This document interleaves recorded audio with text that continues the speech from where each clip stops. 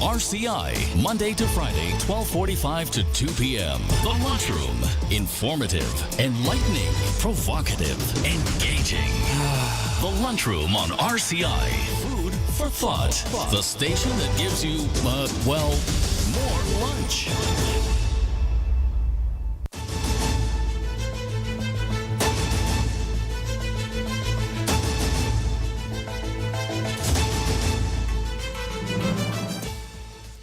Good afternoon. Welcome to the Lunchroom on Radio Caribbean International. It's Tuesday, 1st of October 2024. This is program number 1257, and I'm your host, Calix George Jr. In addition to radio, of course, you can get us at 101.1 FM. You can also get us at our website, rcistlucia.com. You can download our previous shows on that platform. It's downloadable in MP3 format. And you can also check us out on our Facebook Live feed, and that is available on the official page of Radio Caribbean International. And please be sure to like and share that as well with your friends and family. The number to call in to tell us what's on your plate today, it's 452-3046. Again, 452-3046. And we also have a WhatsApp number that you can use. That is 724-0008. You can call in or you can message in on WhatsApp to 724-0008. Now, some history for today. We go way back to the year 331 BC. On this day, Alexander the Great defeated Darius III of Persia in what was known as the Battle of Gaugamela.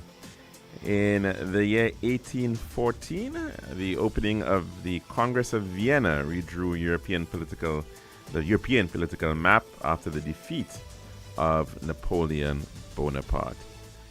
1867 on this day saw Karl Marx publishing Das Kapital in Berlin, Germany, a description of the capitalist system, its instability and tendency to self-destruction.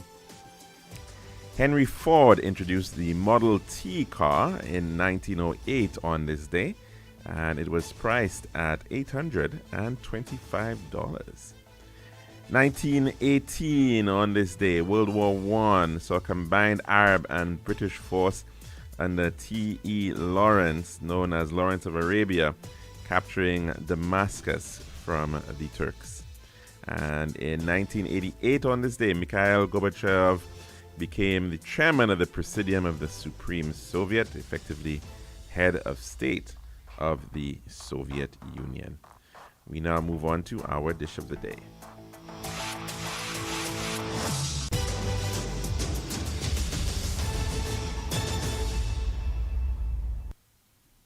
The Daily Dish is brought to you the kind compliments of our good friends at Tiles Plus. Serving now, the Daily Dish.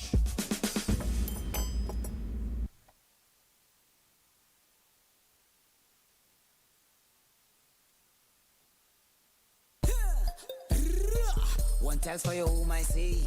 Bathroom, kitchen, pantry. Need tiles for your balcony. Come down to Tiles Plus, satisfaction guarantee. Tiles Plus, Tiles Plus, Tiles Plus. Big tiles with unbeatable cost. Customer service, A+. There's all kind of tiles. Come down to Tiles Plus. We also got gasway and vanity. Box, doors, you'll see. Come down to mind nobody. We got the best tiles on island. Trust me. We are located Land Street in Castries, Bosses Jugosile, and Slack Street in Dufort. Telephone number 453-7939. Tiles Plus. Serving now, the Daily Dish. And welcome back to this program for today. And we do hope that everybody's having a very good beginning of a brand new month. October the 1st, we are into the last quarter of the year 2024, the last 3 months of the year. Of course, once upon a time, October was considered the 8th month, of course. That's why it's Oct.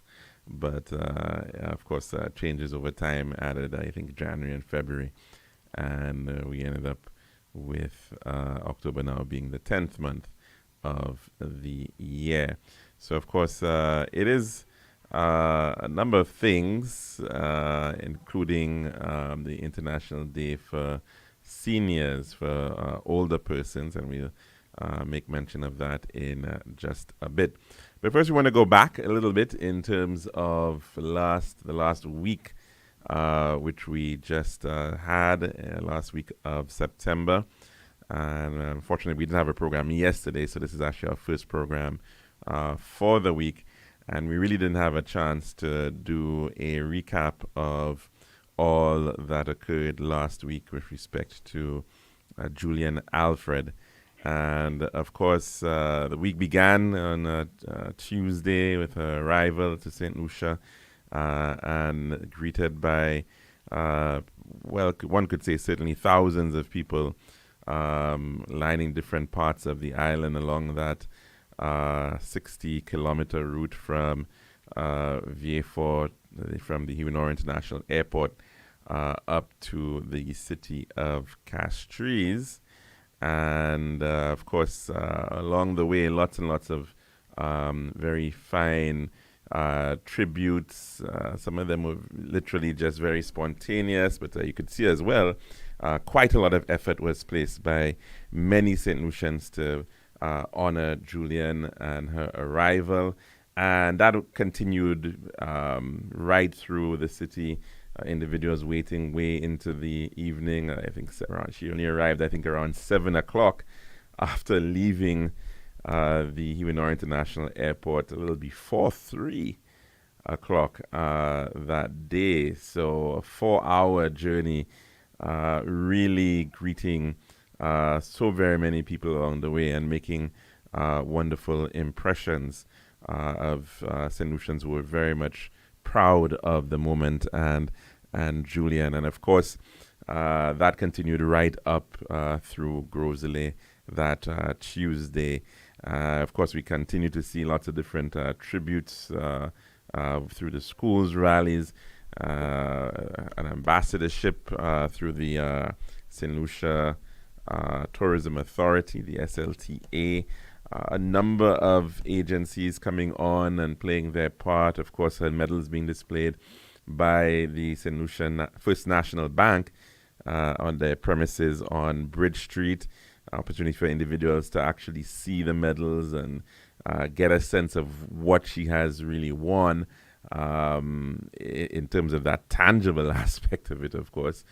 But it went far beyond that, and lots of opportunities for individuals to meet and greet and get autographs with Julian along that way. And it, of course, crescendoed at the Darren Sammy Cricket Ground on Friday afternoon, which was, of course, Juju Day, a day which was provided as a holiday, a bank holiday for all in St. Lucia.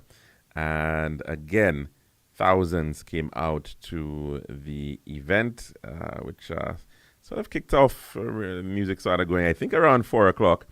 And then the actual performances a little later on.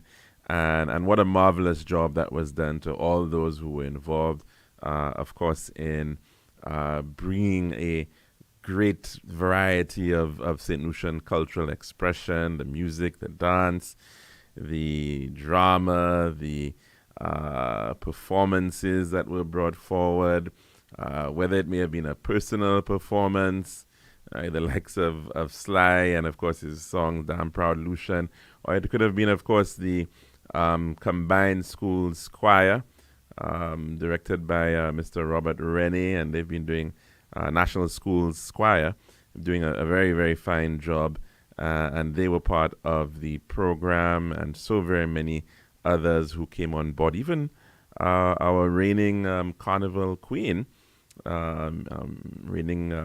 Queen played the piano, and a wonderful piece there for Juju, and lots of really wonderful moments, of course, shared by St. Lucians who came out in their colors, who wanted to be there, who showed their pride. I know, and as much as there were thousands who were present at the cricket ground, there were certainly so very, very, very many more people who would have wanted to be here, there, and of course had to follow on various platforms, which of course they did.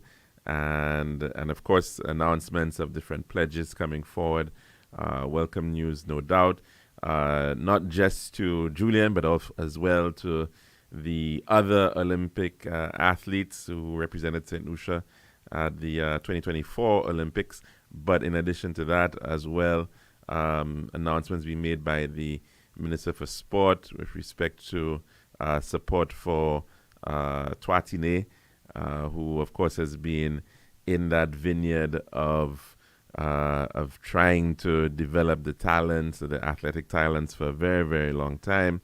Some honors for him as well, and for very many others as well. But of course, the night was certainly that of Julian's, and we saw quite a number of announcements being made by the island's Prime Minister, indicating many of what she was receiving. Of course, even before that, she in the morning had been part of an honoring ceremony organized by the National Olympic Committee, the SLOC.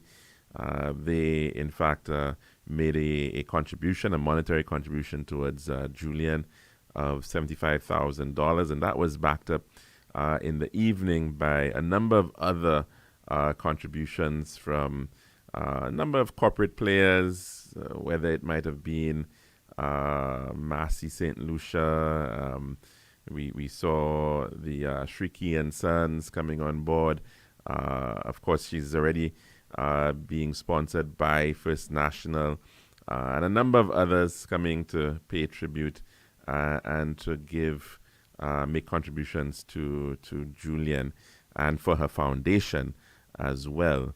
And of course, the government coming in with a $1 million gift to Julian, of course, and effectively the state contribution to her, as well as gifts of land and other honors, a commemorative stamp in her honor, a monument to be erected in her honor at the recently constructed cul-de-sac roundabout.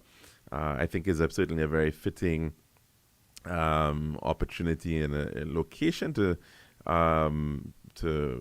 have something in her honor, because of course that is effectively where the two major roads that head into Castries will effectively start from the Millennium Highway, which is now going to be known as the Julian Alfred Highway, as well as the Mon Road. They in fact start or terminate there if you prefer. And as well, of course, the West Coast and East Coast roads meet up at that point. So effectively, without much doubt, pretty much anybody coming into the city of Castries or heading north is likely to pass through that at some point, that roundabout. And so certainly it is a pretty fitting idea of placing a monument in that location.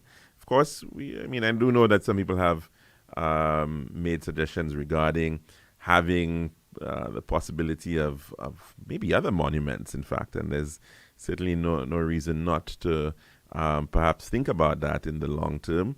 There need not be necessarily just one. Of course, she's got a mural, as we've seen up in the Cicero Primary School, done by a very brilliant public artist by the name of Naja, and he's done some very fine public art murals around Castries, around St. Lucia. And so let's hope that, of course, is maintained. But beyond that, the possibilities of other locations as well should certainly be considered. Point was being made, I think, of Jamaica's Arthur Wint. And he was one of the first individuals from the West Indies to participate in Olympic Games. And that was way back in 1948. And at that time, of course, Jamaica was still a colony.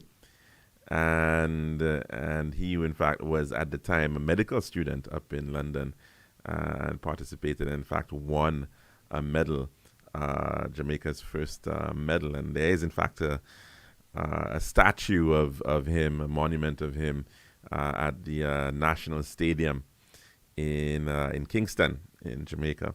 And so there could very well be many more possibilities or areas to find places for monuments to Julian, maybe at our George Odlum National Stadium, and maybe in other locations that might be a little bit more accessible for individuals who may want to necessarily stop and pose and take pictures next to those types of monuments. So there's a lot of opportunity, no doubt, to continue to memorialize and honor the achievement of Julian, because it is certainly a phenomenal achievement.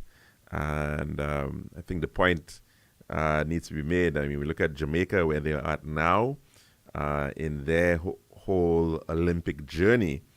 And quite often, of course, we see how well they have been doing over the past couple of Olympics and the number of medals that they bring in. And clearly, they've been the most successful Caribbean island to be part of the Olympics by a long shot.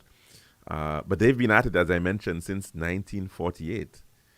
And St. Lucia only started in its Olympic participation back in 1996 at the Atlanta Games.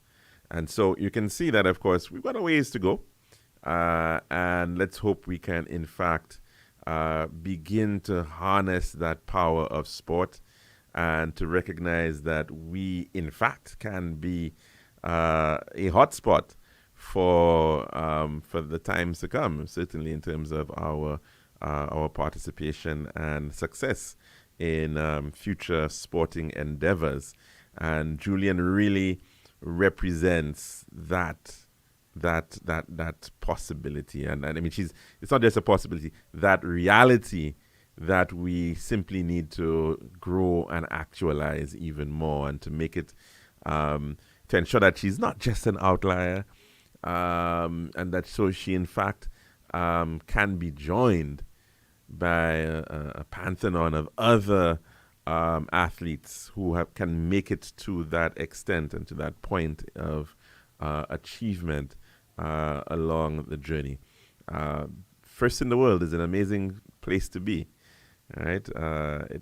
You can only have one up at that point, and but of course there are lots of other. There are three places in any race, and so certainly we should be aiming to see that we can get into the point where we're actually getting other medals in other areas and other sports. And so certainly an opportunity for the country to bask in the moment, in the glory of Julian, of course, and what she has been able to achieve. Of course, she's given credit to God and for her achievement, and of course, let's hope that we can get on that path to see how best we can ensure others can follow her in her success thus far. That's our dish of the day, and I think we can probably just head in to take in our weather report, and then when we come back we can take in some calls, but also touch on some other matters, of course, happening today, October the 1st. This has been The Daily Dish.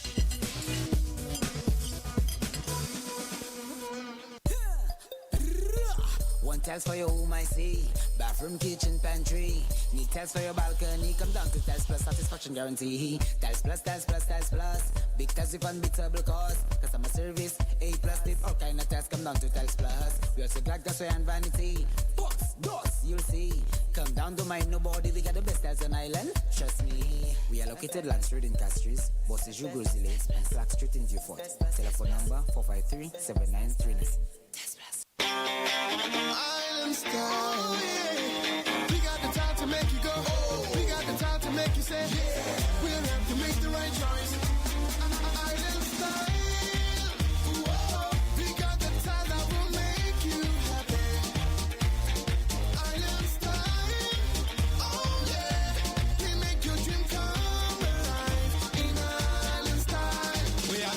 everything sets, mixes and ground. Everything you need is on the outside. For the best price and the latest style. Take a little drive down to Island Style Car. We got the time to make you go. We got the time to make you say, quality price, service choice. It's all at Island Style. Visit us at our showrooms in Bellarosa, Rodney Bay, on the John Compton Highway, Cass Street, and behind Ruby's Gas Station on the Library Viewfort Highway. So call us on 450-452 or 453-TILE. Island Style Tile and Bath. When you think tile, think Island Style. This is Radio Caribbean International. It's now time for the weather news.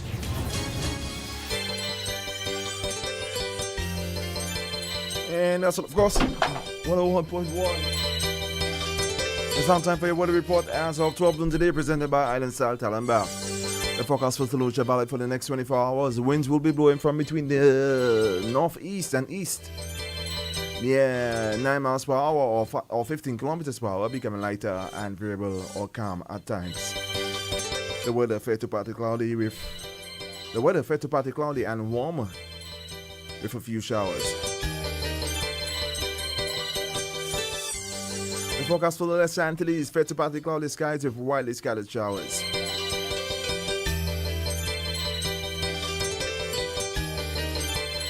And the tropical weather outlook, a light wind regime is expected across the Lesser Antilles during the next few days. As a result, conditions are expected to be warm with some localized showers over the islands during that period. At 11 a.m. today, the center of Tropical Storm Kirk was located near latitude 15.3 north and longitude 39.2 west. Kirk is moving towards the west-northwest near 13 miles per hour or 20 kilometers per hour, and a gradual turn more northwestward over the next several days. Maximum sustained winds are near 70 miles per hour or 110 kilometers per hour with higher gusts. Additional strengthening is anticipated, and Kirk should become a hurricane by tonight and a major hurricane in a couple of days. Tropical Storm Kirk does not pose a threat to our region at this time. Also, a broad area of low pressure located over the eastern tropical Atlantic is associated with a tropical wave moving slowly westward. This system is showing some signs of organization and a high chance of tropical cyclone development during the next 7 days. And this was your weather report as of 12 noon today, presented by Island Style Talent Bar.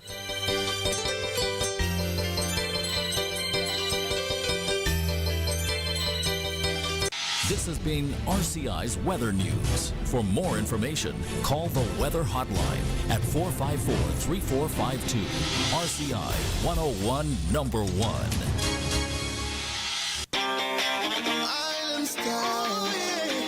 We got the time to make you go. We got the time to make you say, we'll have to make the right choice. Island Style. Whoa. We got the time that will make you happy. Island Style. Oh yeah. We make your dream come alive in Island Style. We have tiles and thin sets, mixes and ground. Everything you need is on the outside. For the best price and the latest style. Take a little drive down to Island Style Car. We got the time to make you go. We got the time to make you say, quality price, service choice. It's all at Island Style. Visit us at our showrooms in Bellarosa, Rodney Bay, on the John Compton Highway, Cass Street, and behind Ruby's Gas Station on the Library Viewfort Highway. So call us on 450-452 or 453-TILE. Island Style Tile and Bath. When you think tile, think Island Style.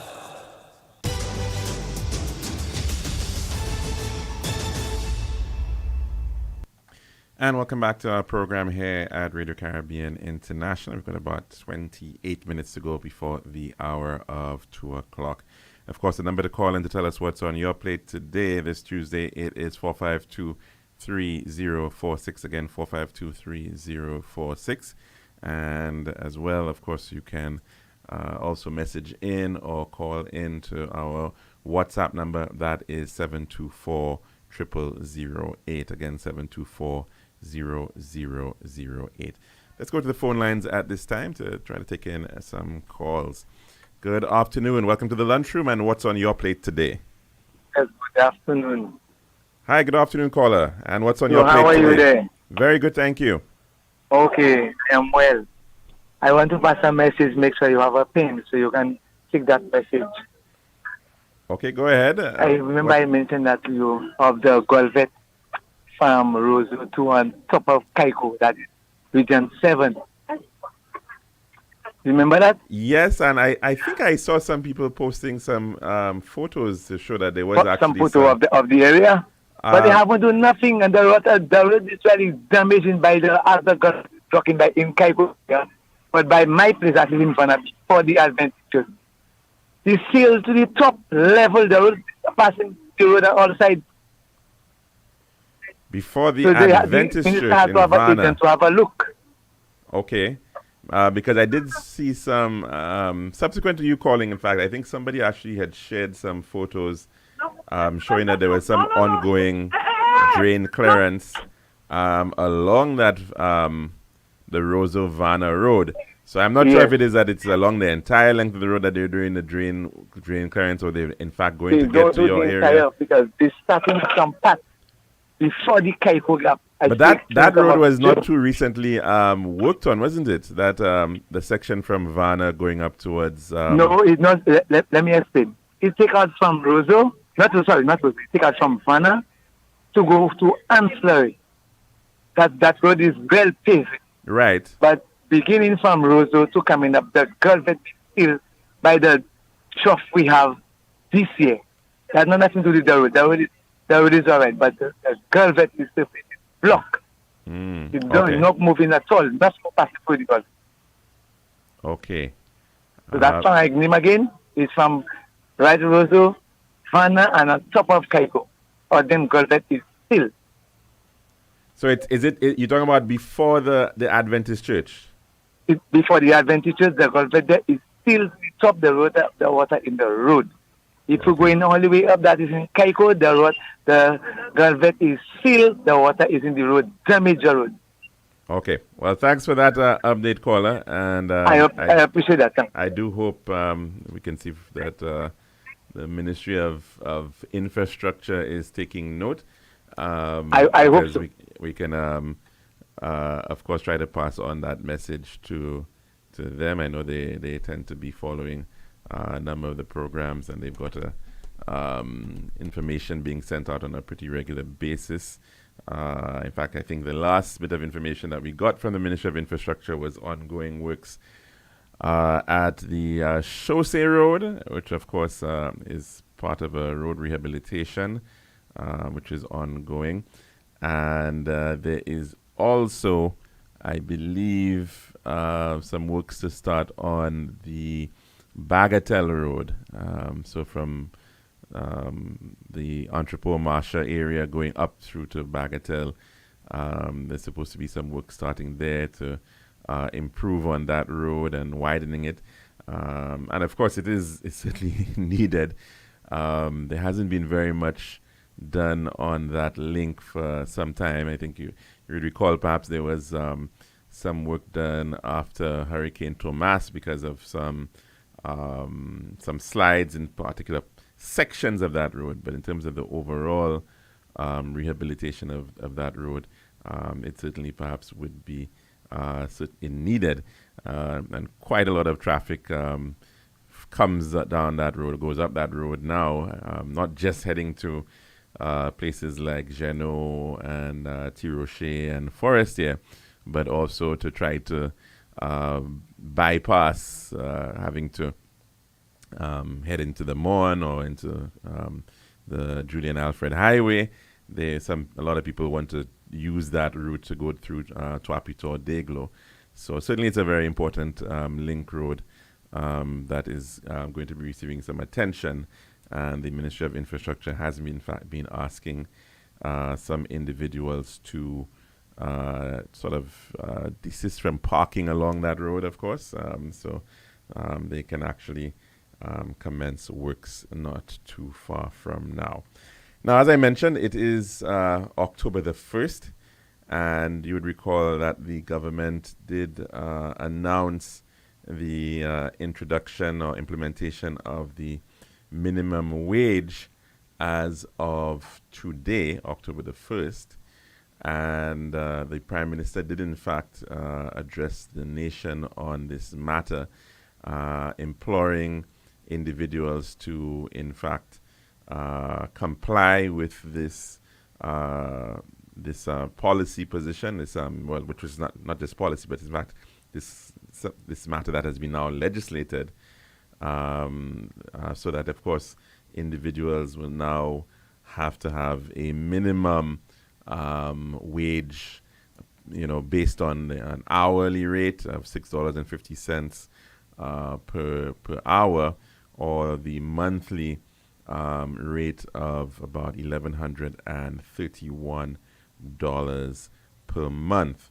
So, of course, I think we do actually have the Prime Minister's address available, and we can perhaps just very quickly share that with you, which was delivered on the eve of the implementation of this rate. Of course, this came after some level of consultation as well, and is certainly, but of course, will have some implications for all employers around the island. So let's just take a listen.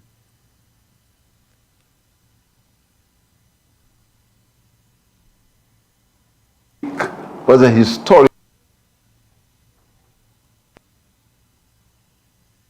Good evening, fellow citizens.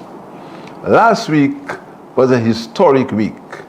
We welcomed and honored our sprint sensation, 100 meters gold Olympian, Miss Julian Alfred. All St. Lucians, home and abroad, felt a sense of pride as the nation celebrated. Thank you, Julian, for being who you are and allowing the country to benefit from your stardom. On 1st October, our country will take another step in its evolution to continue to address the needs of the workers when the minimum livable wage of $1,131 per month, or $6.52 per hour, will become law. I would like to provide a historical perspective on the journey in search of a fair day's pay for a fair day's work for St. Lucian workers. The journey started in the 1930s following the economic depression of 1929. Back then, the Legislative Council enacted the Labor Minimum Wage Ordinance Number 5 of 1945 to establish a minimum wage for specific workers like the coal carriers. This was followed by amendments to the ordinance to align the quantum of work done to pay and to make special provisions for workers whose ability to work was affected by physical injuries, age, and infirmities. The enactment of laws to protect workers inspired the creation of the St. Lucian Cooperative Workers Union by Mr. Charles Augustine and Mr. R.G. Clark, who was the first union president in 1939. In 1945, Sir George Charles, Mr. Olio Shabatis, and Mr. Emmanuel Springer had joined the SLWCU, mobilizing workers from different sectors to join the union. 7 years later, in 1952, the first comprehensive piece of legislation governing the establishment of minimum wages came into law under the Wages Council Ordinance Number 1 of 1952. It was the late Sir George Charles, during the 1950s, who actively embarked upon a policy of pro-worker legislation, followed by Sir John Compton between 1965 and 1970. In 1999, under the Dr. Kenny Anthony administration, the country witnessed far-reaching changes in the labor legislation. Among these changes were: 1. The Equality of Opportunity in Employment Act, allowing for equal pay for men and women doing the same jobs. 2. Minimum Wage Act, allowing for the creation of the Minimum Wages Commission. 3. The right to trade union representation if supported by a majority in the workplace. 4. the exemption of income tax on service charges paid to hotel employees. The Minimum Wage Commission was appointed by the Minister of Labour by instrument dated 20th September 2022. The last legislated minimum wage order was in 1985. Previously, there was a minimum wage order statutory instrument 2002 number 12 that legislated a minimum wage for construction workers. The Commission set about its work under the chairmanship of Mr. Lawrence Poyot and engaged in a broad level of consultation with several stakeholders. The Commission's work was guided by the adoption of methodologies recommended by the Organization for Economic Cooperation and Development, OECD, and the International Labour Organization. In making its final recommendations to the Minister, many key factors were considered, including the general level of wages in St. Lucia, the cost of living, the NIC contributions and benefits, the level of productivity, and the impact on employment levels, and the impact on attracting foreign investments, and the protection of the workers. Historically, it has been the responsibility of previous Labour governments and this government to secure fair pay for all workers. The St. Lucia Labour Party government has always recognized that work is an integral part of the human experience and therefore has an innate dignity. The work we do is not just about what we produce, but an expression of who we are. In recognizing the dignity of work, workers need to be paid to allow them to meet their very basic needs. I am pleased to learn that there was no formal objection from the St. Lucia Chamber of Commerce, and the St. Lucia Hotel and Tourism Association found favor with the final recommendations of the Commission. This augurs well for the building of our nation, when employers are sufficiently socially conscious to stand in solidarity with workers at the lower income levels of the workforce.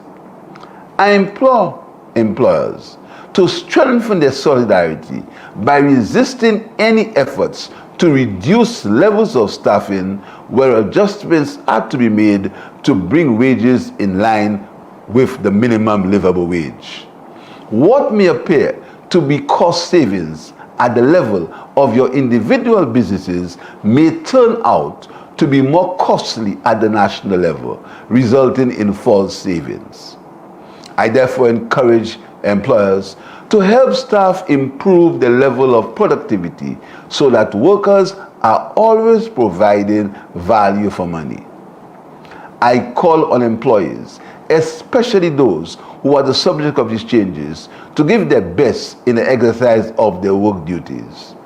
As a country, we need to improve our level of productivity if we are to remain competitive in the world.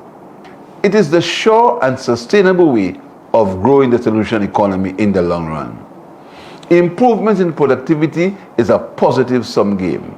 Employees, employers, and the country all benefit. I therefore implore all workers, together with their employers, to do more to improve the level of productivity in their respective businesses. I want to take this opportunity to thank Minister of Labour, Dr. Virginia Albert Poyot, staff of the Ministry of Labour, members of the Commission, for the work they have done since the appointment of this Commission on August 1st, 2022. The process of consultation was wide-ranging and effective. Let me also make special mention of the private sector in general for their understanding and participation in the process.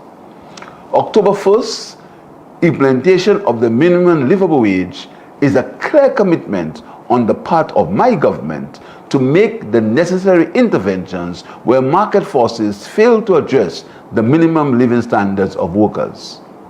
The stability and strength of our nation is very dependent on the well-being of the vulnerable in our midst.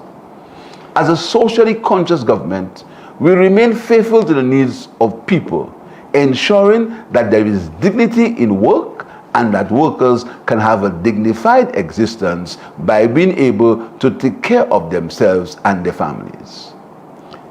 Minimum wage, $1,131 monthly, or $6.52 per hour. Does not include a payment of overtime, a share of service charge, a commission, bonus, or profit sharing. Allow me to end with a quote from the late Marcus Josiah Garvey. With confidence, you have won even before you started. I thank you.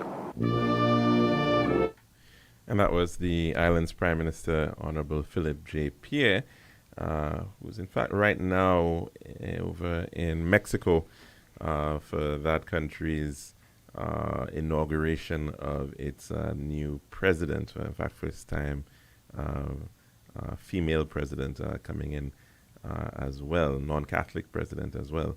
But of course, mentioning there, giving details as to the rollout of the minimum wage here in St. Lucia, and of course urging employers not to effectively lay off anybody or to take those types of actions. Of course, a minimum wage is something that is around in most countries, and of course they will vary, as we have spoken to here, depending on cost of living. And let's hope that we don't have to wait as long as nearly 40 years, as has been pointed out by the Prime Minister, regarding the next adjustment to the minimum wage. It really is something that should be reviewed on a fairly regular basis to ensure that it is in line with issues like cost of living, and of course to ensure that the private sector, the corporate sector, as well as all employers, including the government, of course, are in fact paying especially in terms of the lowest level, a minimum rate which is reasonable and fair. No doubt we'll have to see how things continue to pan out, but I'm pretty sure that generally speaking, most individuals would think it's a reasonable rate. We certainly have not seen any kind of significant outcry, even from those employers, regarding this matter. And I think there is a general consensus, a general acceptance that this has been long overdue, and the rate as it has been proposed is something reasonable. I would, of course, expect that, as I said, in the future, this should be certainly something that perhaps gets reviewed every 3 years or so, if not even more. But of course, we do know that with salaries, for instance, those get reviewed on a triennial basis, and perhaps the same should be a matter of practice right here. So here's an opportunity to see what has occurred. We're now seeing the changes that have been brought forward. Of course, it's now up to the Ministry of Labor in particular to ensure compliance. And of course, if individuals believe that they are not being paid fairly, then it's also their right to bring forward those matters to the employers in the first instance, and of course then take it on to the Ministry of Labor if needs be, which is really supposed to be the safeguard, the watchdog, if you prefer, for this for implementation of labor policies and rules. So certainly a really important shift. And of course, at this time, we're seeing unemployment actually at its lowest level ever. I think employment data for St. Lucia goes back, as far as I've seen it, somewhere around 1991. And with 11%, I don't think we've ever actually been at 11%, believe it or not, for that entire period of time. So it's a very interesting time to that, of course, this is in fact being introduced. I've got a call coming in, so let's get to the phone lines, take that in at this time. Good afternoon and welcome to the lunchroom. What's on your plate today? Hi. Hi, good afternoon, caller. How are you doing? I don't know if the Ministry of Infrastructure is aware that there has been a call for there to be some intervention in the lane, the first lane after Patricia James Secondary School. The primary school is the primary school is way down. And there are cars sometimes just going in there very, very fast. So people they have been asking that at least maybe a little hike on that speed bump or something, because there cannot be a school at the bottom there, and vehicles are just coming in there, and sometimes they move going in very, very fast. So you're talking about the lane that allows you to access the primary school? Yeah, the primary school. Oh, okay. There's also, and cars are moving in there very, very quickly. That's a very short lane, though. That's interesting that people are moving very fast there. But I think, yes, certainly, if that is the case, perhaps it would be justifiable that there should be some kind of speed curbing. No intervention, no little speed bump, no sign where you say to those people, this is a school zone, and then you cannot be speeding, because guys are just moving in and out of this lane sometimes because they just maybe want to drive in there to maybe go on piss, and so they have to take note of that before somebody's child got hit. And even the road, the Cleary Road by that street there, the Patricia James, there's a speed bump I was told, but because the road is wide, cars don't go over the speed, they go to the side because there's space. So in order to avoid the speed bump. Yes, I think I know what you're talking about. Yes. And I've seen that. This should not be. I think as well, especially because I was at a funeral there just yesterday for Mr. Francis Leos, my godfather. And in fact, I think there's a need for a little bit of control, in terms of the direction of the streets, perhaps, especially around when there are large events going on. That seems to be always problematic. And there's that lane, road, I think it's St. John Road. Yeah. But there's, of course, a lot of vehicles which are parked there. On the side. And it somewhat serves as a sort of it's two-way, but really it's only one lane of traffic at any time. And perhaps it needs to be made one way. When there's a funeral, there's a police officer named John. Whenever there's a large funeral, he take it upon himself to come and direct. Okay. So, we see people are able to move a little, the traffic is able to flow very well. But if not, it's a lot of problem, because find the buses are coming, Precisely, because a lot of traffic on that, I think it's Tapo Avenue, generally. And even the sidewalk coming down, there's a sidewalk to the coming up to the clear on the left. It's kind of broken now, so I think, because imagine I come in and I'm trying to walk on that, and part of it is broken. I'm not being aware that this a bus driver that was saying, be careful, so I think they need to check on all those little things.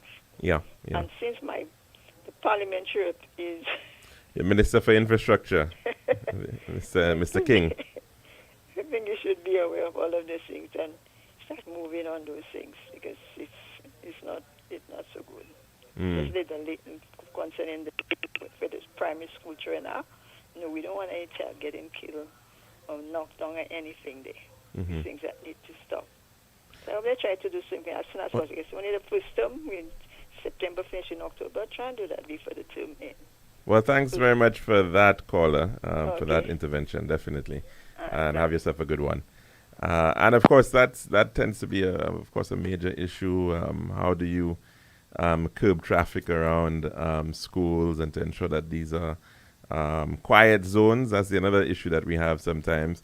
And I'm seeing quite a bit of the practice of vehicles with speakers. And before, we used to hear about the issue of the speakers being in the boots of the cars, but now it seems as if it's a trend that the individuals are putting the speakers up on the tops, on the roofs of the vehicles, quite openly, and going around on a weekend, blaring, a lot of noise, and I'm not sure how that practice is in any way correct. I don't think it's lawful, and it's something that I think certainly the traffic department does need to look at a little bit in terms of the issue of noise, noise pollution, and unnecessary noise that we can see happening sometimes. So certainly there are a number of concerns that one has to look at in terms of that. The matter of traffic management, of course, is another one. And I know some people may not like one-way traffic because sometimes the route that you have to take is a little longer. But the reality is, when we look at some of our roads, especially in urban areas, with the amount of traffic that is now going on some of these roads, I think we certainly have to be looking at more of a circular route or circular circulation of the traffic, if you like. I mean, there was an attempt to do that, I know, with the La Panse and Mondador roads at one point in time. And I believe the reason why it somewhat reverted was because of concerns being made by the minibus operators along those routes. But I think it's something that we're going to have to, at some point, have to bite the bullet and consider, even if it may mean that you may have to look at how, if there's possibilities for, linking those roads, so you don't have to do the entire loop as well. But there's certainly a lot of areas where we're seeing that is becoming a little bit more necessary. The Grosley town area, for example, is another one of those areas where we're seeing lots of traffic, lots of parking. And once people want to be parking on the streets, of course, that certainly limits the amount of usable space. For the lane width is reduced, so you don't really have two-way streets, which are actually being reduced to one-way, and effectively, therefore, means that we may have to very well consider utilizing it in that way. So traffic circulation is something, especially for some of our towns and villages, particularly those that are seeing a significant amount of traffic. I think it's in order to have a bit of a review of some of the arrangements in terms of traffic circulation in those grids, in these town grids. But we'll have to have another conversation about that some other time, because we are in fact out of time here at the Lunchroom on Radio Caribbean International. So we do hope that everybody has a very blessed rest of their day. I'm your host, Calix Shaw Jr., saying goodbye.